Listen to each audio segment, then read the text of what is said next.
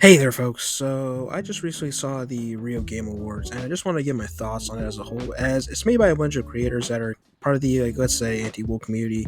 You got like Stuttering Craig, who's like I believe the founder of it, right? And you got other people in it like Endymion, some other people like Savvy, yada yada yada yada. I don't really pay attention too much to it, but I just want to talk about the whole show because I always want to give a fair shake to stuff, even though I may disagree with a lot of the ideas and politics of like a lot of the creators involved in this, right? I just want to give it a fair shake and see for myself if it was actually going to be good. Because I was like a little curious if they could make something good. And overall, my main thoughts on the Game Awards, well, the Real Game Awards, as a whole, is that I was very disappointed with it. They proclaim that this is meant to be like for the people, right, for the gamers, because the Game Awards, like the Geoff Keighley ones, are basically voted for by mainly like journalists, right, essentially. But the problem with this is that they're charging people money for it, and So is this club free? Nope, absolutely not.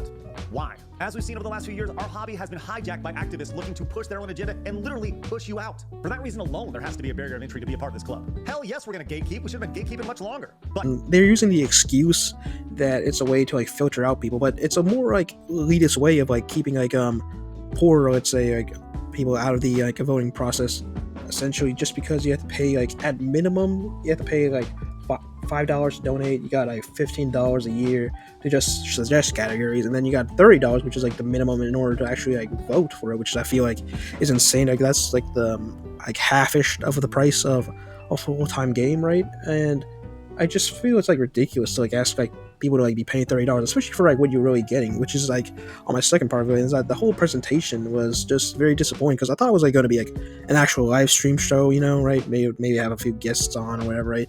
And it wouldn't be obviously like a whole venue thing like the actual Game Awards because that would be crazy, right? No matter what, but you're giving us all this money, right? Essentially, like probably like thousands of dollars, essentially, right?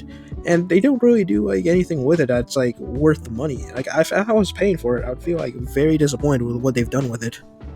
So for the first 15 minutes of the award show, they were mainly just doing like a boring trivia thing, right?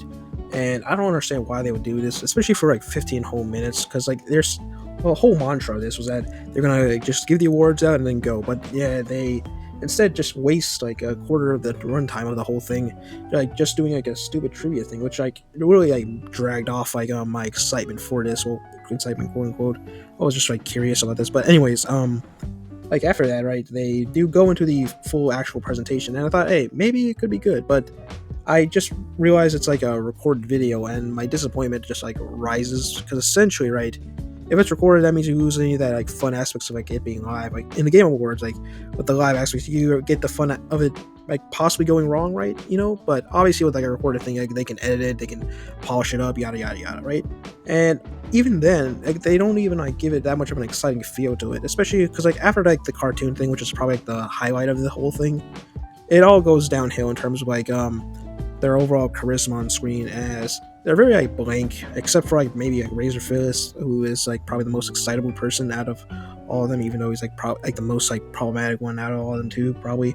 And like overall, I just found like the awards themselves to be very just dumb as a whole. Like you got husbando, waifu, whatever. I don't understand why those are awards themselves, right? And I think that the whole voting process for this, especially with like popular vote, highlights why we shouldn't be letting like gamers have like full popular vote for like award shows like this, because essentially it like really just steamrolled into like just having like one specific game, like mainly like I believe like Stellar Blade, like winning all the categories it's in. Like, cause you know it's the game that the anti-woke crowd like put up on their pedestal, right? And obviously like the anti-woke crowd, like their fans are going to be the main payers for something like this, so you know it obviously like would like win it, right? Because like they're like the ones paying for this, right? Because it's not an actual proper like popular vote thing, right? And like overall, I think like the amount of money they got for like this thing does not correlate with the amount of money put into this presentation. Like I'm just wondering where all the money went. Like where's like the receipts for this, right? Because it just looks like it's cheap with like how they done it, especially with it not being even an actual like live stream. Like everyone's just like in their own rooms, like just giving a recorded segment. Yeah. It's like something. It's something like I could probably do in like a week or so, like given like the votes and all that, right? I could probably do that for like free too, right? I don't wouldn't need like thousands of dollars to do something like this. So I just feel like it was a bit of a grift, a bit of a scam, like overall. And I just want to talk about like why I think like I felt bored about this like a presentation, even though it was like only an hour, right? The real Game Awards lacked any real like pizzazz to it compared to like Jeff Keighley's Game Awards, because essentially like Jeff Keighley's Game Awards is about all like a celebration of game developers and their hard work in making games, whereas the real Game Awards is just like gamers talking about which products were like the most fun or whatever, right? Or which ones like satisfy their like dopamine receptors the most, right? Stellar Blade or whatever, right? Essentially, and it's all about them like just hating certain like journalists and devs or whatever, and liking certain IPs, yada yada yada, corporate products, yada yada yada. Whereas like Jeff Keighley's awards respect the games as an art form and gives proper recognition for like different developers that make truly genuine like pieces of art, and they appreciate it a lot more because like you get like all these like performances of like the music, which I especially love. Right, like that's what I love about the Game Awards. It's essentially like a celebration, and you feel like happy like seeing it, even though there's like abs in it and like other issues with it in terms of like just like the pacing for like some of the awards, and for example, right? But overall, like Jeff Keighley's awards, I feel like is a great achievement for like the gaming industry in terms of giving developers true recognition for their hard work. And I think like we don't give enough recognition for that, especially like from these people here who just see like games essentially just like a product you buy or whatever, right? And don't see any of the like art value in it, right?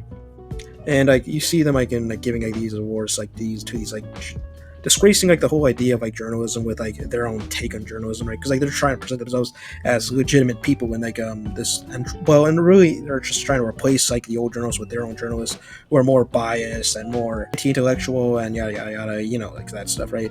And like they're obviously like trying to sell a message to their audiences of we're going to be taking games back from the evil journalists and the evil game developers that are ruining your games, yada yada. Like they're selling like the enemy to you, it's us versus them narrative. That's what they're selling, and that's why they have this whole thing. It's pretty much just a grift. That's all I really can say. It's just a grift if they're going to be asking money for like something like this, and they just present you with like just a pre-recorded video. Like, they got to do better than this if they want to really be seen as like an actual like serious thing to be taken like seriously in terms of like actual like recognition, not like just hatred. Because I mean, like Sulaco, for example, like those devs, like the moment they realized that they were part of this, they immediately like backed out of it, like hated because of who these people are and what they represent. So, in conclusion, I thought this show was pretty bad, and if they're going to be charging like $30 especially for this, it's going to be seen more and more as like just a grift and a scam.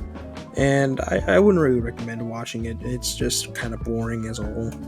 And I think that should be it for this video. If you liked what you heard, please give this a like and subscribe, and please give me any suggestions for anything you want to hear more from me.